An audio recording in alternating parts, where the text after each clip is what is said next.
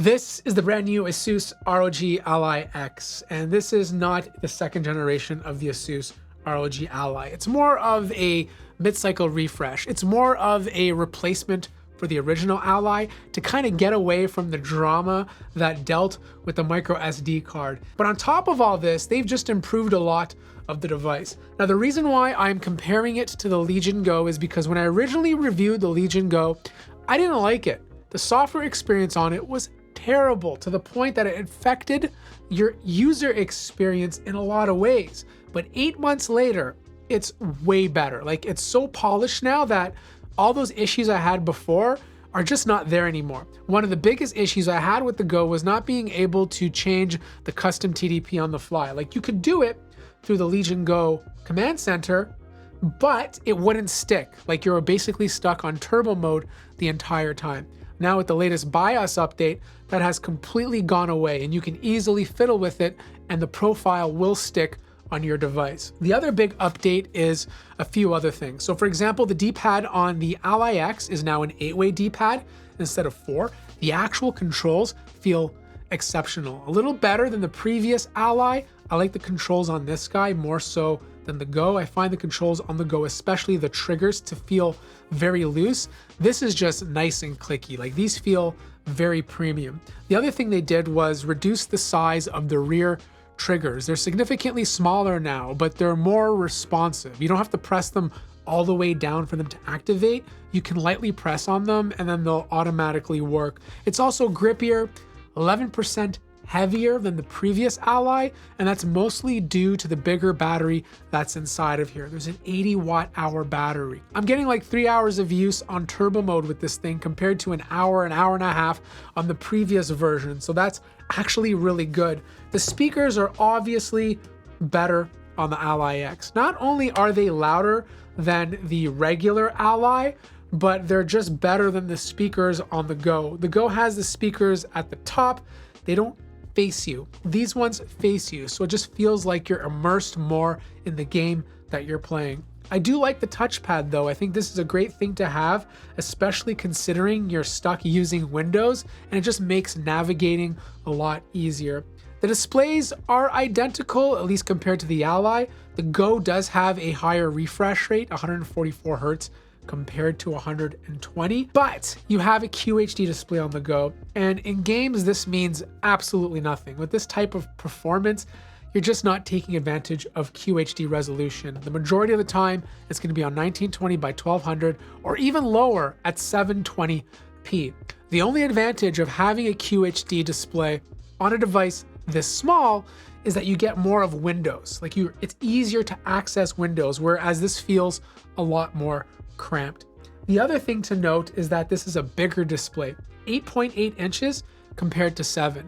Now, the benefit of 8.8 is just got more screen real estate. Like, when I'm at home and I'm chilling, I'd rather play on this. Like, I'm an old guy, 97 years old.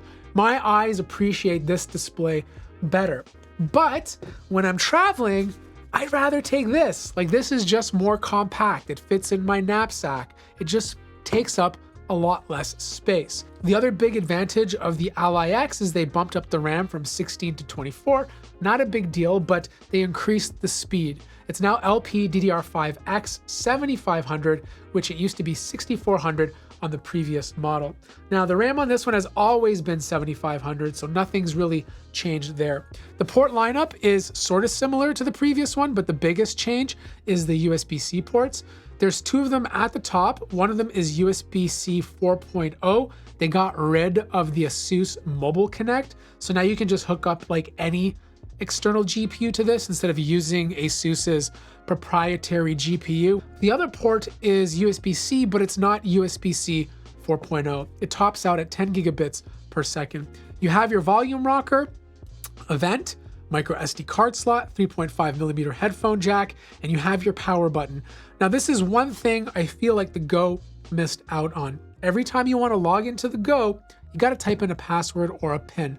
This guy has a fingerprint scanner embedded into the power button, and it just makes it a lot easier. The other thing I noticed, and this goes for both devices, is that the fan noise has been significantly reduced. The original Go, when I reviewed this thing, the fans were ridiculously loud. Like, in the 50s.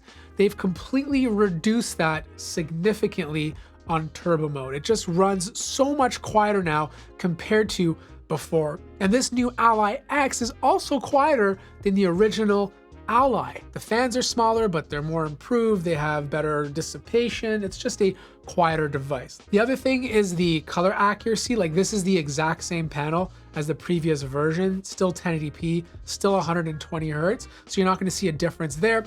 It's an okay display. I would have loved OLED on this device. It would make games look so much better, but I feel like if they did that, they'd probably jack up the price. Now, performance is where things get very interesting. They're both using the AMD Z1 Extreme APU. So they're sharing the exact same chip. They have the same sort of memory configurations, just the Go has 16 compared to 24, but they're both the same speed.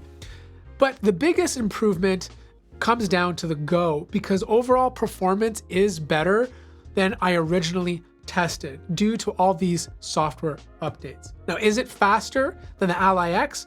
No, the Ally X performed the best compared to all three devices that I tested. It just sat at the top. But the differences are not like ground shattering. It's a little bit of a performance uplift, but it's not enough to be like, oh my God, I have to have this over all the other ones. The other thing to note is that in most games I played, the Ally X was always on top. There were a couple of games that the Go did excel in, but it wasn't in a lot of them. Most of them were always with the Ally X. The other thing to note is that depending on the performance profile you play on, you might see little differences. So I tested all three devices at 30 watts, which is their turbo mode. The IO Neo can only go up to 28. I also reduced it to 17 watts, which is more of a performance profile. And then I reduced it again to 13 watts, which is more of a battery saving mode. And obviously most games you're gonna play, you're gonna wanna keep it on performance. If you can turbo, especially if you're plugged into the wall. I did notice that if you wanna use turbo on the Ally X, you have to be plugged in if you want all 30 watts. If not, it drops down to 28. Whereas the Legion Go will always be 30 watts, regardless of whether it's plugged in or not. Now, there are two other benefits to the Legion Go. One, it does have a metal stand on the back. So if you don't want to use it in your hands, you can prop it up on your desk, take off the controls and use it that way, or just use like an external controller.